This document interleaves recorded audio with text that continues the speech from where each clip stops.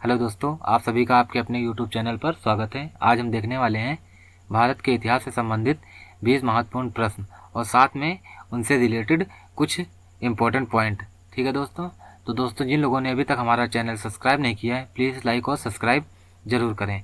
तो आइए देर ना करते हुए सीधे टॉपिक पे चलते हैं। आज का हमारा पहला प्रश्न है, कंचीपुरम निम्नलिखित में से किसकी राजधानी थी? तो ये किसकी राजधानी थी? इसका राइट आंसर क्या होगा? इसका राइट आंसर हो जाएगा ऑप्शन नंबर डी। किसकी थी? पल्लवों की थी। ठीक है, और दोस्तों पल्लवों के विषय में कुछ और जानते हैं। पल्लवों की राजधानी कंचीपुरम थी। पल्लवों का राज्य कंचीपुरम के आसपास के क्षेत्र से लेकर कावेरी नदी के डेल्टा तक फैला था। ठीक है, ये भी याद रखिएगा आप लोग। अगला क्वेश्चन है, नर्मदा नदी पर सम्राट हर्ष के दक्षिण की ओर बढ़ने की कोशिश को किसने रोका था? तो किसने रोका था? ये रोका था ऑप्शन नंबर बी। ठीक, पुलकेशिन द्वितीय ने। ठीक है दोस्तों, इसके पुलकेशिन द्वितीय के बारे में और जानते हैं। मगध और बंगाल को जीतकर हर्ष को पूर्व में जितनी सफलता मिली थी उतनी अन्य जगहों पर नहीं मिली थी। ठीक, जब उसने नर्मदा नदी को पार कर दक्कन की ओर बढ़ने का प्रयास किया, तब चालुक्य नरेश पुलकेशिन द्वितीय ने उसे रोक दिया था। ठीक है, अगला क्वेश्चन देखते हैं। अगला क्वेश्चन है, निम्नलिखित में से कौन हर्ष के काल में भारत आया था? तो कौन आया था? ये आया था ऑप्शन नंबर ए, ह्वेनसांग। ठीक है, इसके इंपॉर्टेंट पॉइंट है, चीनी यात्री ह्वेनसांग हर्ष के काल में भारत आया। ठीक है, वह काफ़ी समय के लिए हर्ष के दरबार में भी रहा। ठीक है, उसने वहाँ जो कुछ देखा उसका विस्तृत वर्णन दिया। ठीक है, अगला क्वेश्चन हमारा, अगला क्वेश्चन देखते हैं। अगला क्वेश्चन क्या है? अगला क्वेश्चन बताइए, बाणभट्ट निम्नलिखित में से किसके दरबारी कवि थे? तो ये किसके दरबारी कवि थे? ये थे ऑप्शन नंबर सी, हर्षवर्धन के। ठीक है, इसका राइट आंसर सी होगा। और इसके विषय में और कुछ जानते हैं।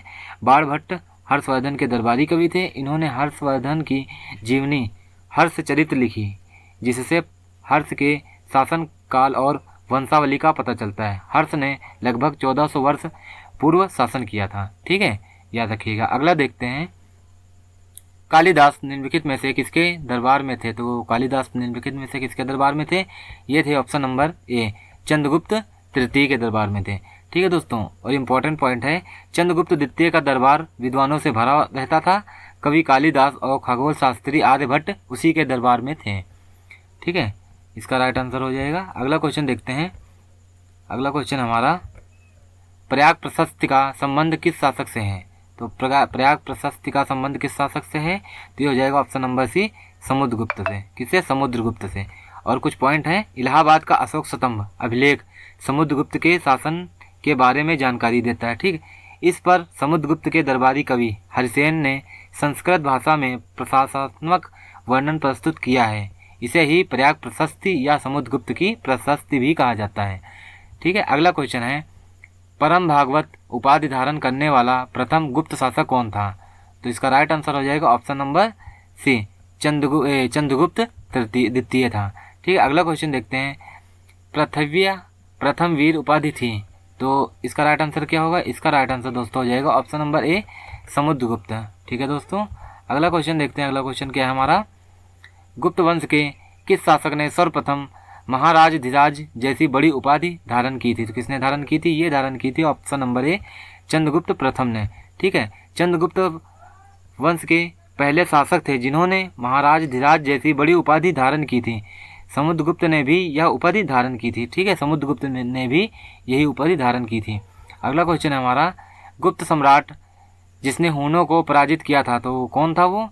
तो ये हो जाएगा ऑप्शन नंबर डी, स्कंदगुप्त। ठीक है, इन्होंने पराजित किया था। और दोस्तों हूणों का पहला भारतीय आक्रमण गुप्त सम्राट स्कंदगुप्त के शासनकाल में हुआ था। ठीक है, स्कंदगुप्त के हाथों वे बुरी तरह परास्त हुआ और 6वीं शताब्दी ईसा के आरंभ में उत्तरी पश्चिमी के कई क्षेत्रों पर हूणों का कब्जा हो गया। ठीक है, ध्यान रखिएगा। अगला क्वेश्चन देखते हैं, निम्न में से किस शासक को सिक्कों पर वीणा बजाते दिखाया गया है? तो किसको दिखाया गया है? ये दिखाया गया है ऑप्शन नंबर सी, समुद्रगुप्त को। ठीक है, अगला क्वेश्चन हमारा, ह्वेनसांग किसके शासनकाल में भारत आया था? तो किसके शासनकाल में आया था? ये आया था ऑप्शन नंबर ए, हर्षवर्धन के। ठीक है, इसका राइट आंसर ए हो जाएगा। और ह्वेनसांग एक चीनी यात्री था। ह्वेनसांग का जन्म लगभग 602 ईस्वी में चीन के लियोंग स्थान पर हुआ था। ठीक है, ह्वेनसांग हर्षवर्धन के शासनकाल में भारत आया था। ठीक है, और लगभग 1500 वर्षों तक भारत में रुका और 645 ईस्वी में चीन लौट गया। ठीक है, और उसे प्रिंस ऑफ ट्रेवल्स भी कहा जाता है। ठीक है, ये भी याद रखिएगा। अगला क्वेश्चन देखते हैं। अगला क्वेश्चन क्या है, खलीफा के प्रभुत्व को स्वीकार करने वाला कौन सा मुस्लिम समुदाय था? तो कौन सा था? ये था ऑप्शन नंबर बी, सुन्नी। ठीक है।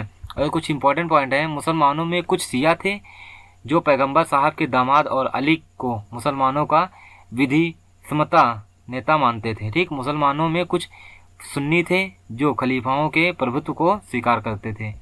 ठीक है। अगला क्वेश्चन है हमारा, पांडुलिपियों को कहाँ रखा जाता था? तो पांडुलिपियों को कहाँ रखा जाता था? तो ये रखा जाता था ऑप्शन नंबर सी, अभिलेखगारों में। ठीक, तो और इसके अभिलेखगार ऐसे स्थान को कहा जाता था, ठीक, जहाँ दस्तावेज और पांडुलिपियों को संग्रहित किया जाता था।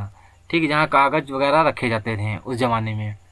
ठीक है। अगला क्वेश्चन हमारा, 15वीं शताब्दी के इतिहास का जियाउद्दीन बरनी ने अपना पहला वृत्तांत कब लिखा था? तो कब लिखा था? ये लिखा था ऑप्शन नंबर बी, 1356 ईस्वी। ठीक है। और 14वीं शताब्दी के इतिहासकार पहली बार 1356 ईस्वी में और दूसरी बार 1358 ईस्वी में लिखा गया था। ये इसके इम्पोर्टेंट पॉइंट है। अगला क्वेश्चन है, तबकात ए नासिरी किसकी रचना है? तो ये किसकी रचना हो जाएगी? इसका राइट आंसर हो जाएगा ऑप्शन नंबर सी। ठीक है, मिनहाज ए सिराज। ठीक है। और तबकात ए नासिरी एक इतिहास ग्रंथ है जो फारसी भाषा में है। ठीक, इसके रचयिता है मिनहाजुद्दीन, ठीक है, सिराज। इसमें इस्लामी दुनिया का विस्तृत वर्णन है। ठीक है। अगला क्वेश्चन देखते हैं। अगला क्वेश्चन क्या है? अगला क्वेश्चन है, मध्यकाल में रहट का प्रयोग किस कार्य के लिए किया जाता था? किस कार्य के लिए किया जाता था इसका प्रयोग? तो ये किया जाता था ऑप्शन नंबर बी, सिंचाई के लिए। किसके? सिंचाई के लिए किया जाता था। ठीक है। अगला क्वेश्चन देखते हैं। अगला क्वेश्चन क्या है, दस्तार बंधन किसे कहा जाता था? दस्तार बंधन किसे कहा जाता था? तो ये किसे कहा जाता था? ऑप्शन नंबर सी, उलेमा। ठीक है। उलेमा मुस्लिम विद्वान का एक निकाय है जिसे इस्लामी पवित्र कानून और धर्मशास्त्र के विशेषज्ञ ज्ञान के रूप में मान्यता प्राप्त है। सल्तनत काल के दौरान उच्च नामित धार्मिक और न्यायिक अधिकारी माननीय उलेमाओं को सामूहिक रूप से दस्तार बदन कहा जाता था। ठीक है। अगला क्वेश्चन है हमारा, उलेमा किसे कहा जाता था? तो उलेमा किसे कहा जाता था? ये कहा जाता था ऑप्शन नंबर डी, मुस्लिम विद्वान का एक निकाय है। ठीक है। अगला क्वेश्चन हमारा, किस दिल्ली सल्तनत की प्रशंसा में एक संस्कृत प्रशस्ति लिखी गई है? तो किसके उसमें लिखी गई है? ये लिखी गई है option number D, Ghiyasuddin Balban. ठीक है। दिल्ली के सुल्तान गयासुद्दीन बलबन की प्रशंसा में एक संस्कृत प्रशस्ति में उसे एक विशाल साम्राज्य का शासक बताया गया है जो पूर्व में बंगाल से लेकर पश्चिम में अफगानिस्तान के गजनी तक फैला हुआ था। ठीक है दोस्तों। तो दोस्तों, अगर आप लोगों को हमारा वीडियो अच्छा लगा हो तो प्लीज़ लाइक और सब्सक्राइब करिएगा। ठीक है। मिलते हैं किसी अन्य वीडियो में, तब तक के लिए जय हिंद।